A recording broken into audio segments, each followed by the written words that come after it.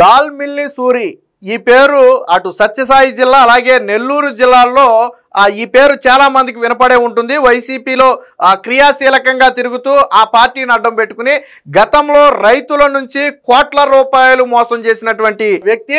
దాదాపుగా 50కి పైగా కేసులు 2-3 రాష్ట్రాల్లో ఈ వ్యక్తి మీద నమోదయ్యాయి. అంటే ఏ స్థాయిలో మోసాలు చేస్తున్నాడో మనం అర్థం చేసుకోవచ్చు. ముఖ్యంగా ఏపీలో వచ్చేటప్పటికి అటు సత్యసాయి నెల్లూరు జిల్లాల్లో రైతుల నుంచి ధాన్యం కొనుగోలు చేసి తరువాత రైతులకు చెల్లించాల్సిన సొమ్ములు చెల్లించకుండా తప్పించుకుని తిరగటంతో దాదాపుగా ఆంధ్రప్రదేశ్లోనే 30కి పైగా కేసులైతే నమోదయ్యాయి. అప్పట్లోనే పీడీ యాక్ట్ చేశారు, లుకౌట్ నోటీస్ కూడా అప్పట్లో విడుదల చేశారు. అయితే కుటుంబ సభ్యులతో కలిసి ఇప్పటి వరకు పోలీసులు చెబుతున్న సమాచారం ప్రకారం కుటుంబ సభ్యులతో కలిసి దాదాపుగా 300 కోట్ల రూపాయలకు పైగా ఆర్థిక నేరాలకు పాల్పడి పోలీసులకు దొరకకుండా ఐడెంటిటీ మార్చుకుని తిరుగుతున్నటువంటి దాల్మిల్ సూరిని అయితే ఇటీవల సత్యసాయి పోలీసులు అయితే కొద్దిసేపటి క్రితం అయితే అరెస్ట్ చేయడం జరిగింది. దీంతో ఎవరైతే బాధితులు ఉన్నారో వాళ్ళందరికీ కూడా న్యాయం జరుగుతుందని కొంత ఊరట లభించినటువంటి పరిస్థితి. వాస్తవానికి చాలా కాలం నుంచి సూర్యుని పట్టుకోవడం కోసం పోలీసులు విశ్వ ప్రయత్నం చేస్తున్నారు. దీనికోసం పక్కాగా ఒక ప్రణాళిక రచించి తాజాగా అయితే దాల్మిల్ సూరిని అయితే పోలీసులు అదుపులోకి తీసుకోవడం జరిగింది. గతంలో వైసీపీ నేతలతో కూడా అనేక కీలక సంబంధాలు. సాధారణంగా దాల్మిల్ సూరి అంటేనే వైసీపీ నేతగా చెప్తారు అక్కడ. సో వాస్తవానికి ఆ రోజు వైసీపీ అధికారంలో ఉన్న సమయంలో ఆ పవర్ని అడ్డం పెట్టుకుని ఆ పార్టీని అడ్డం పెట్టుకుని అనేక మోసాలకు పాల్పడ్డాడు. విచిత్రం ఏంటంటే ఆ రోజు ఎవరు కూడా మోసపోయిన రైతులకు న్యాయం చేసే ప్రయత్నం చేయాల. సరే వేరు వ్యక్తులు మోసపోయారంటే అది వేరే విషయం. బట్ రైతులు మోసపోవడం అనేది అత్యంత దారుణమైన విషయం.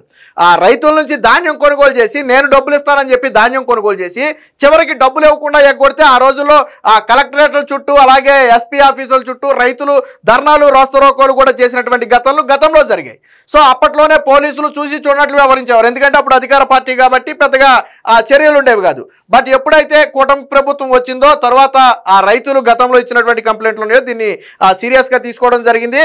కొద్దిసేపటి క్రితం అయితే సూర్యుని అయితే అరెస్ట్ చేసినట్టుగా చెప్తున్నారు. ఇది గతంలో పీడీ యాక్ట్ నమోదు చేసినప్పుడు ఇది అరెస్ట్ కు సంబంధించిన వార్త వచ్చింది. ఒకసారి చూద్దాం. వైసీపీ నేత దాల్మిల్ సూరి అరెస్టు. వైసీపీ నేత దాల్మిల్ సూరిని పోలీసులు అయితే అరెస్ట్ చేశారు. అతడిపై ఏపీ, తమిళనాడు, కర్ణాటక సహా పలు రాష్ట్రాల్లో 57 ఆర్థిక నేరాల కేసులున్నాయి. దాల్మిల్ సూరి డొల్ల కంపెనీలతో రైతులకు కోట్ల రూపాయలు మోసం చేసినట్టుగా ఆరోపణలు ఉన్నాయి. అంటే ఒక కంపెనీ పేరు మీదుగా డొల్ల కంపెనీలు సృష్టించి ఆ పేరు మీదుగా రైతులకు ధాన్యం కొనుగోలు చేసి రైతులకు చెల్లించాల్సిన సొమ్ము చెల్లించలేదు. దాదాపుగా ఒక రాష్ట్రం కాదు, అటు పక్క తమిళనాడు, కర్ణాటక అంటే ఆంధ్రప్రదేశ్కి బోర్డర్లో ఉన్నటువంటి 2 రాష్ట్రాల్లో కూడా ఇతని మీద కేసులు ఉన్నాయి. అయితే అధిక కేసులు మాత్రం ఆంధ్రప్రదేశ్లోనే ఉన్నాయి.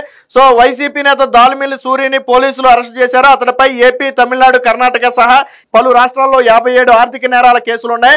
దాల్మిల్ సూరి కోసం సూరి డొల్ల కంపెనీలతో రైతులను అయితే కోట్ల రూపాయలు మోసం చేశాడు. దీనికి సంబంధించిన పోలీసులు కూడా మాట్లాడారు. అది కూడా చూద్దాం ఒకసారి. జిల్లా ఎస్పీ సత్యసాయి జిల్లా ఎస్పీ సతీష్ కుమార్ మాట్లాడుతూ డొల్ల కంపెనీలతో రైతులను మోసం చేసి పోలీసులు కళ్ళు కప్పు తిరుగుతున్న దాల్మిల్ సూరిని అరెస్ట్ చేశాము.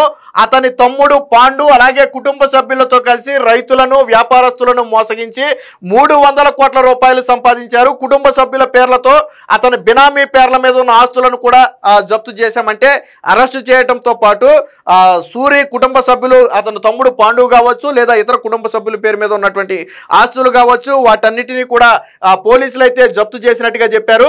ఎవరైనా రైతులను మోసగించి పదే ఇటువంటి మోసాలకు పాల్పడితే కఠిన చర్యలు తీసుకుంటామని చెప్పి అయితే ఎస్పీ సతీష్ కుమార్ అయితే హెచ్చరించడం జరిగింది. ఇప్పటికే సూరిపై కొత్త చెరువు పిఎస్ లో 20 కేసులు, నెల్లూరు రూరల్ పిఎస్ లో 16 కేసులు నమోదయ్యాయి. అలాగే లుకౌట్ నోటీసులు కూడా సూరిపై జారీ అయ్యాయి. ఎట్టకేలకు సత్యసాయి జిల్లా పోలీసులు అయితే దాల్మిల్ సూరిని అయితే అరెస్ట్ చేసినట్టుగా ఒక వార్త వచ్చింది. అంటే ఆంధ్రప్రదేశ్ లోనే కొత్త చెరువు పిఎస్ లో 20 కేసులు, నెల్లూరు రూరల్ పిఎస్ లో 16 కేసులు, 36 కేసులు 2 పోలీస్ స్టేషన్లోనే నమోదయ్యాయంటే ఏ స్థాయిలో క్రిమినల్ చర్యలకు పాల్పడ్డాడో మనం అర్థం చేసుకోవచ్చు. ప్రధానంగా రైతులను మోసం చేయటం ఈజీ. సో రైతులను ప్రధానంగా మోసం చేశాడు. దీంతో పాటు కొంతమంది వ్యాపారులను కూడా దాల్మిల్ సూరి మోసం చేయడం జరిగింది. రైతుల నుంచి ధాన్యం కొనుగోలు చేసి ఇప్పించానని ఎలాగైతే చెప్పాడో అలాగే వ్యాపారస్తులకు కూడా కొంత ఆశ చూపి, డొల్ల కంపెనీల ఆశ చూపి వాళ్ళను కూడా మోసం చేయడం జరిగింది. 300 కోట్లు అంటే చిన్న వ్యవహారం కాదు. మనకి మామూలుగా ఏదో ఒక వ్యక్తిని ఏదో చిన్న వ్యక్తిని అరెస్ట్ చేసినట్టుగా కనపడుతుంది, కానీ ఇక్కడ ప్రధానంగా నష్టపోయింది రైతులు. సో ఆరుగాలం కష్టపడి పండించినటువంటి ధాన్యాన్ని అమ్ముకున్న తర్వాత సొమ్ములు రావట్లేదంటే రైతుల బాధ ఎలా ఉంటుందో మన అందరికీ తెలుసు. సో ప్రధానంగా రైతుల్ని సూర్యుని కానీ సూర్య కుటుంబ సభ్యులు కానీ టార్గెట్ చేయడం జరిగింది. మొత్తానికి పోలీసులు అయితే వలపన్ని దాల్మిల్ సూర్యుని అయితే అరెస్ట్ చేశారు. నాకు తెలిసి కోర్టులో హాజరుపరిచి రిమాండ్ కూడా పంపే అవకాశం అయితే కనపడుతుంది. బట్ దీని మీద వైసీపీ నేతలు ఎవరో కూడా కిక్కురుమ నోరు వెప్పరు. సాధారణంగా అదే ఏ టీడీపీ నేత అయ్యి ఉంటే ఈ పార్టీకి టీడీపీ నేత అరాచకాలు బట్టబయలని చెప్పి పెద్ద పెద్ద స్క్రోలింగ్ వేసి ఈ రోజు మాట్లాడటానికి మీడియా ముందుకు వచ్చేవాళ్ళు. పాపం దాల్మిల్ సూర్య అనే వ్యక్తి వైసీపీ పార్టీకి చెందినటువంటి వ్యక్తి. సో అది అక్కడ ఎవరిని అడిగినా చెప్తారు. సో క్రియాశీలకంగా వైసీపీలో ఉన్నాడా లేదనేది చెప్పకపోయినా అక్కడ స్థానికంగా వైసీపీ నేతలతో చనువుగా ఉండటం, ఆ చనువును అడ్డం పెట్టుకునే రైతులను మోసం చేయటం, వ్యాపారులను మోసం చేయటం, ఇవన్నీ చేసింది కూడా ఆ చనువును అడ్డం పెట్టుకునే. సో ఏదేమైనా మొత్తానికి అత్యంత క్రిమినల్ చరిత్ర ఉన్నటువంటి వైసీపీ నేతనైతే అరెస్ట్ చేయడం అయితే జరిగింది. దీంతో ఇప్పుడు రైతులకు కొద్దో గొప్ప న్యాయం జరుగుతుందని అయితే ఆశాభావం వ్యక్తం చేశారు. అయితే సూర్య ఆస్తులు కూడా ప్రస్తుతానికి జప్తు చేశారు కాబట్టి వాస్తవానికి సంపాదించాడు, బాగానే ఉంది, 300 కోట్లు దోచుకున్నాడు. బట్ అదంతా బినామీల పేరు మీద ఉండొచ్చు, ఆస్తుల రూపంలో ఉండొచ్చు, లేదా వేరే వాటికి ఖర్చు పెట్టేసి ఉండొచ్చు. తిరిగి రాగలిగింది అయితే పోలీసులు ఖచ్చితంగా రప్పిస్తారు. అది ఆస్తుల రూపంలోనూ పెట్టుబడుల రూపంలోనూ ఉంటే వాటి మొత్తాన్ని కూడా తిరిగి రాబట్టవచ్చు. బట్ వాస్తవానికి ఈ జప్తు చేసిన ఆస్తుల విలువ ఎంత, దానివల్ల రైతులకు ఎంత మేలు జరుగుతుందనే ప్రస్తుతానికి తెలియకపోయినప్పటికీ మొత్తంగా భవిష్యత్తులో ఇలాంటి చర్యలకైతే అడ్డుకట్టబడే అవకాశం ఉంది. మరి కొంతమందిని మోసం చేసే అవకాశం లేదు. అలాగే పోలీసులు కూడా చెప్పింది ఒకటే, ఎవరైనా సరే ఇలా పదే పదే మోసాలకు పాల్పడితే వాళ్ళ మీద పీడీ యాక్ట్ విడుదల చేయడమే కాకుండా అరెస్టు చేసి కఠిన చర్యలు తీసుకుంటామనే ఒక సందేశాన్ని అయితే పోలీసులు పంపారు. మొత్తంగా రైతులైతే ఎవరైతే తమను మోసం చేశారో ఆ వ్యక్తి దొరకడంతో రైతులైతే కొంత హర్షం వ్యక్తం చేస్తున్నారు. బట్ మోసపోయిన రైతులందరికీ కూడా న్యాయం జరగాలని చెప్పి వాళ్ళు బలంగా కోరుకుంటున్నారు.